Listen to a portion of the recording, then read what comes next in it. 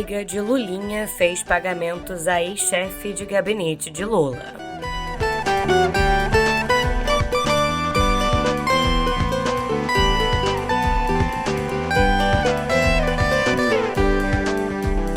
Mais de 60 mil norte-americanos deixam suas casas por incêndios nos Estados Unidos.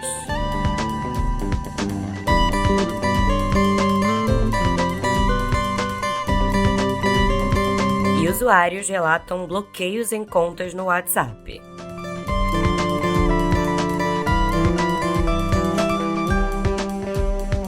Olá para você, tudo bem por aí? Bom dia, boa tarde ou boa noite. Hoje é terça-feira, dia 4 de agosto de 2026.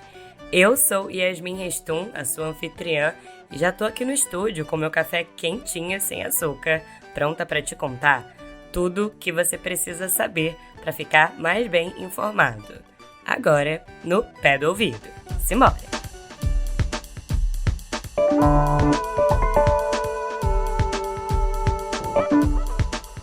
Abrindo a editoria de política, eu te conto que o filho do presidente Luiz Inácio Lula da Silva, do PT, o Fábio Luiz Lula da Silva, ou o Lulinha, segue na mira da Polícia Federal. Isso porque informações da Polícia Federal obtidas pelo site Poder 360 mostram que a lobista Roberta Lustinger, que é amiga do Lulinha e, assim como ele, alvo de investigações, realizou transferências financeiras para Marco Aurélio Santana Ribeiro, conhecido como Marcola, que ocupou o cargo de chefe de gabinete do presidente Lula entre janeiro de 2023 e julho deste ano. Os repasses somam dezenas de milhares de reais. O valor total das transferências e a finalidade dos pagamentos ainda não foram esclarecidos. Os dados completos estão sob análise da Polícia Federal. Mas olha, o Marcola deixou o cargo no dia 21 de julho para integrar a campanha de Lula à reeleição. Mas fontes afirmam que o real motivo foi a descoberta desses pagamentos, conforme conta o jornalista Caio Junqueira, da CNN Brasil. Em nota distribuída pelo PT, o ex-assessor Marcola diz que recebeu com surpresa essa reportagem que trata um empréstimo pessoal contraído e já quitado como algo ilegal, nas palavras dele, e disse que nunca teve nenhuma relação que caracterizasse qualquer ilegalidade no exercício da sua função. Agora, a Roberta Lustinger, ela realizou ao menos 42 visitas a órgãos do governo federal entre o início do terceiro mandato do Lula e abril de 2024, sendo 41 dessas visitas sem registro nas agendas oficiais das autoridades. Entre os encontros identificados estão 2 visitas ao Palácio do Planalto e uma ao Ministério do Desenvolvimento Social, todas acompanhadas do empresário Fernando Bittar, então sócio do Lulinha.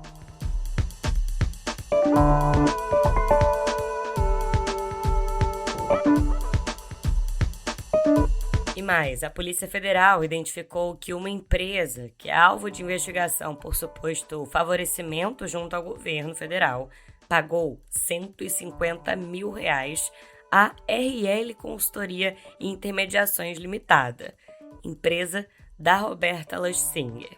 De acordo com a investigação da Polícia Federal, há indícios de irregularidades na relação entre o Lulinha e o empresário Kleber Ribas de Oliveira, que é sócio da empresa 3 Structure IT Limitada, que foi justamente essa empresa alvo de investigação por suposto favorecimento junto ao governo federal. Bom, foi essa empresa, a 3 Structure IT Limitada, que recebeu repasses que somam R$1,5 milhão do lobista e empresário Antônio Carlos Camilo Antunes, o careca do INSS. Em uma das transferências, aliás, o lobista afirmou a um interlocutor que o dinheiro era para o filho do rapaz, possivelmente se referindo ao filho do presidente Lula, o Lulinha. Assim, pela terceira vez, a Polícia Federal pediu ao Supremo Tribunal Federal a abertura de um inquérito para investigar o filho de Lula. Essa nova investigação apura suspeitas de tráfico de influência em favor de empresas ligadas ao empresário junto ao governo federal. O ministro Flávio Dino foi sorteado para ser relator deste inquérito. Caso você não se lembre, os 2 primeiros inquéritos investigam supostos crimes de tráfico de influência e corrupção, um relacionado ao Ministério da Saúde e outro à Dataprev. A defesa de Lulinha afirmou que a sucessão de inquéritos representa uma espécie de melhor de 3 e classificou a situação como uma piada.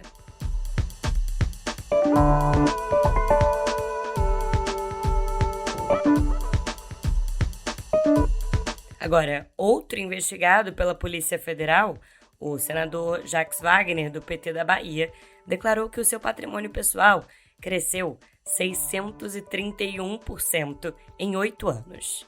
Para as eleições de 2026, o ex-governador baiano disse ter bens que somam mais de 24 milhões de reais. Em 2018, quando ele concorreu pela última vez ao Senado, havia relatado ter pouco mais de 3 milhões de reais. Esses dados foram enviados pela equipe do próprio Wagner à Justiça Eleitoral.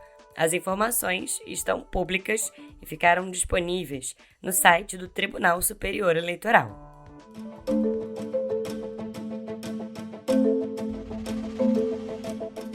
Mudando de assunto, eu te conto que o Partido Republicanos, que é presidido pelo deputado Marcos Pereira, de São Paulo, é mais um partido que deve ficar neutro nessas eleições presidenciais. É que o Pereira avisou ao senador Flávio Bolsonaro, do PL do Rio de Janeiro, que o partido não vai fazer aliança com ele, baseando-se em um levantamento interno do partido, indicando que 17 dos seus 27 diretórios regionais defendem a neutralidade. Numa reunião que contou com a presença do presidente do PL, o partido de Flávio, estou falando do Valdemar Costa Neto, o Flávio ele voltou a oferecer a vaga de vice na sua chapa para a Daniela Marques. O partido Podemos, que chegou a cogitar a sua presidente Renata Abreu como vice do Flávio, também deve anunciar nesta quarta-feira a neutralidade.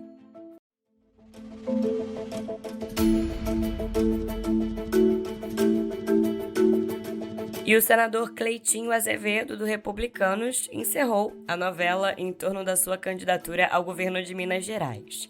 Depois de garantir que seria candidato ao Palácio Tiradentes contra a vontade do seu partido, o Cleitinho jogou a toalha e retirou seu nome da disputa, afirmando que não reúne condições pessoais para disputar a eleição neste momento.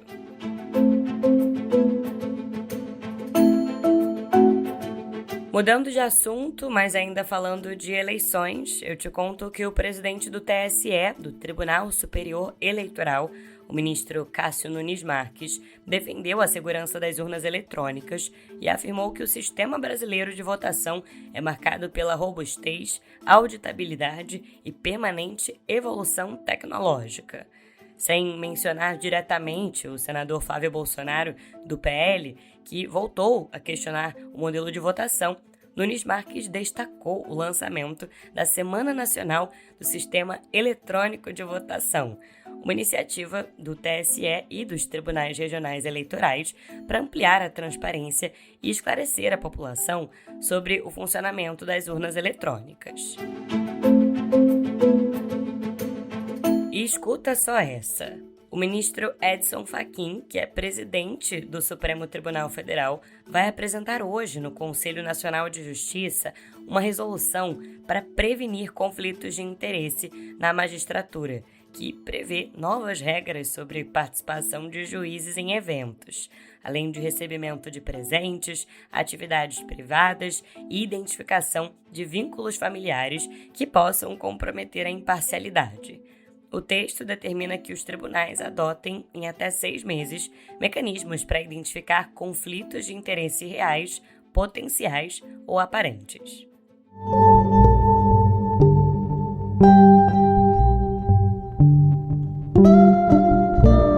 No cenário internacional, eu te conto que o presidente dos Estados Unidos, Donald Trump, insistiu que essa é a última chance do Irã assinar um acordo para encerrar a guerra.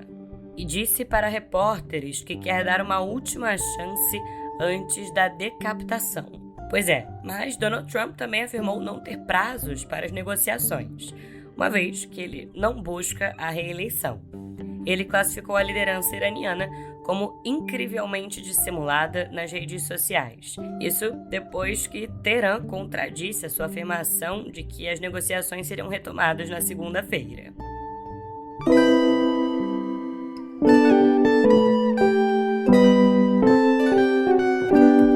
Chegando à editoria de Viver, eu te conto que os incêndios florestais que atingem os Estados Unidos fizeram com que cerca de 60 mil pessoas tivessem de sair de casa no estado de Washington, enquanto o fogo deixou mais de 10 mil sem energia e cerca de 600 edifícios destruídos. O governador Bob Ferguson declarou estado de emergência no domingo. Dos 16 incêndios descontrolados no estado, 3 estão nos arredores de Spokane, a segunda cidade mais populosa da região. Pesquisadores detectaram minerais argilosos nas luas internas de Netuno, as chamadas Proteu, Larissa e Galateia, e também nos seus anéis internos, isso tudo utilizando o telescópio James Webb. Esse material, esses minerais argilosos, eles indicam um evento catastrófico no passado do planeta, destruindo mundos antigos há bilhões de anos. Os pesquisadores afirmaram que o cataclismo parece ter sido causado por Tritão, que é a atual maior lua de Netuno, que já esteve mais distante no sistema solar, na região do Cinturão de Kuiper.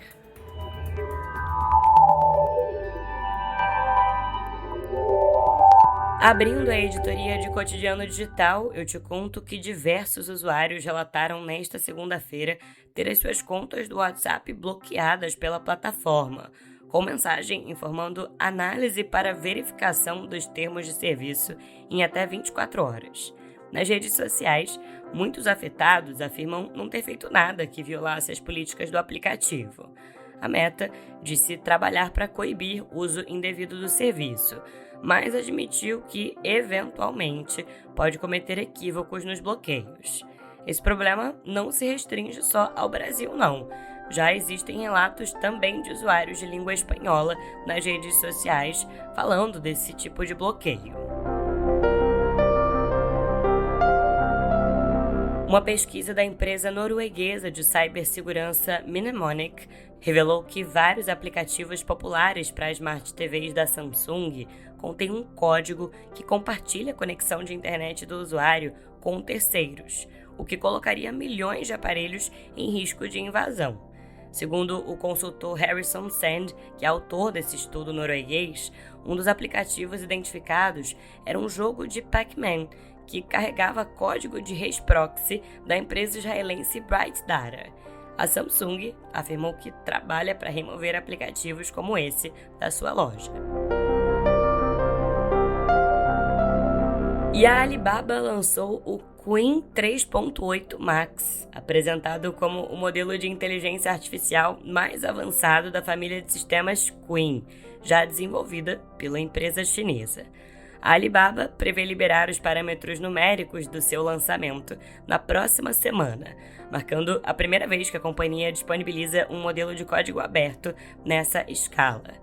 Segundo a Alibaba, o Qwen 3.8 Max funcionou por mais de 16 dias em operação totalmente autônoma, sem intervenção humana, e alcançou resultados equivalentes aos do Claude Fable 5 da Anthropic, chegando a superá-lo em alguns testes, segundo eles.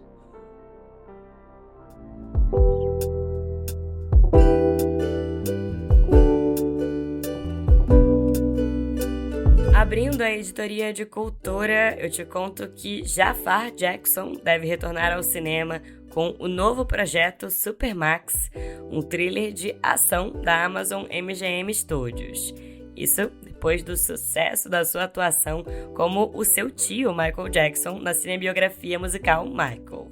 Os detalhes do seu papel estão sendo mantidos em segredo, mas fontes disseram à revista Deadline que ele vai ser crucial para a trama central do filme, que gira em torno de 2 agentes do FBI, protagonizados por Will Smith e Anna Sophia Robb. Esse filme, dirigido por David Gordon Green, com roteiro de David Weil e David J. Rosen, acompanha os agentes investigando um assassinato aparentemente impossível dentro dos muros impenetráveis de uma prisão de segurança máxima.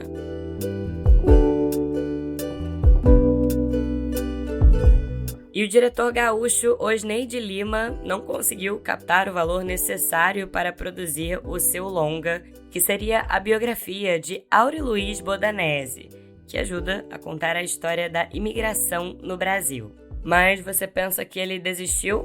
Pois é, aí foi quando ele resolveu recorrer à inteligência artificial para tirar o projeto do papel. O filme Antes do Nascer do Sol, que tem previsão de conclusão até o final deste ano, pretende ser o primeiro longa nacional quase inteiramente feito por IA, filmando de verdade apenas 10 dos 85 minutos. Numa entrevista ao jornal Estado de São Paulo, o diretor Osneide Lima disse que não tem mais condições de fazer cinema sem IA, porque ela facilita uma série de coisas. E disse que o filme sairia por 6 milhões de reais, e agora vai custar entre 15% a 20% disso.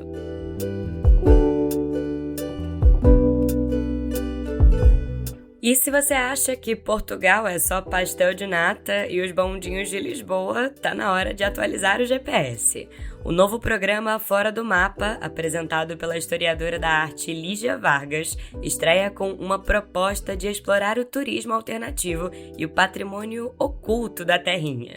Essa primeira temporada viaja por sítios megalíticos de milhares de anos no Alentejo, pelas origens populares do fado, e também mostra como as tascas locais preservam a identidade e a memória cultural lusitana. A estreia de Fora do Mapa é hoje, terça-feira, às 8h30 da noite, no canal gratuito Travel Plus, que dá para acessar em Smart TVs pelo Samsung TV Plus, LG Channels, TCL Channels e Roku Brasil.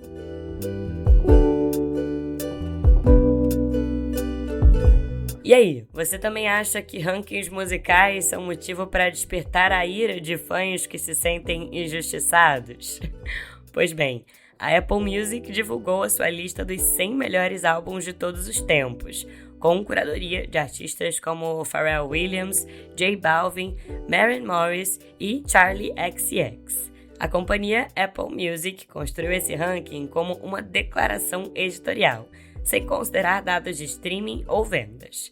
Uma das surpresas é a cantora Lauryn Hill no topo, com o álbum The Miseducation of Lauryn Hill, seguido por Thriller, de Michael Jackson, e Abbey Road, dos Beatles.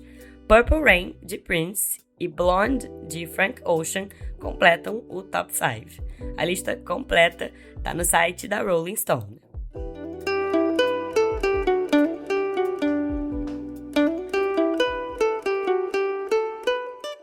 E vamos chegando ao final de mais um episódio. Queria agradecer e muito pela sua companhia e preciso agradecer também aos colegas aqui da redação do Meio que fazem esse podcast ser o seu melhor companheiro diário de notícias.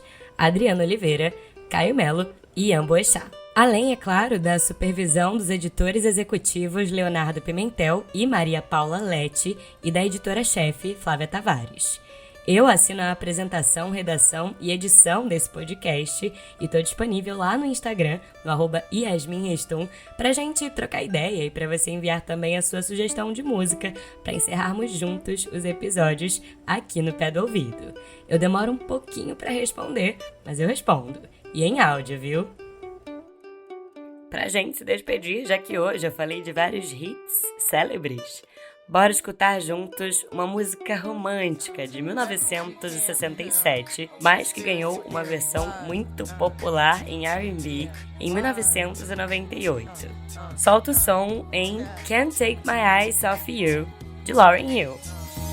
You're just too good to be true. Can't take my eyes off of you. You be like heaven to touch. I wanna hold you so much. I thank God I'm alive. You're just too good to be true. Can't take my eyes off of you. Caught in the way that I stare. There's nothing else to compare. Amanhã tem mais notícias no Pé do Ouvido. Até lá! Words that to speak, but if you feel like I feel, please let me know that it's real. You're just too good to be true. Can't take my eyes off you.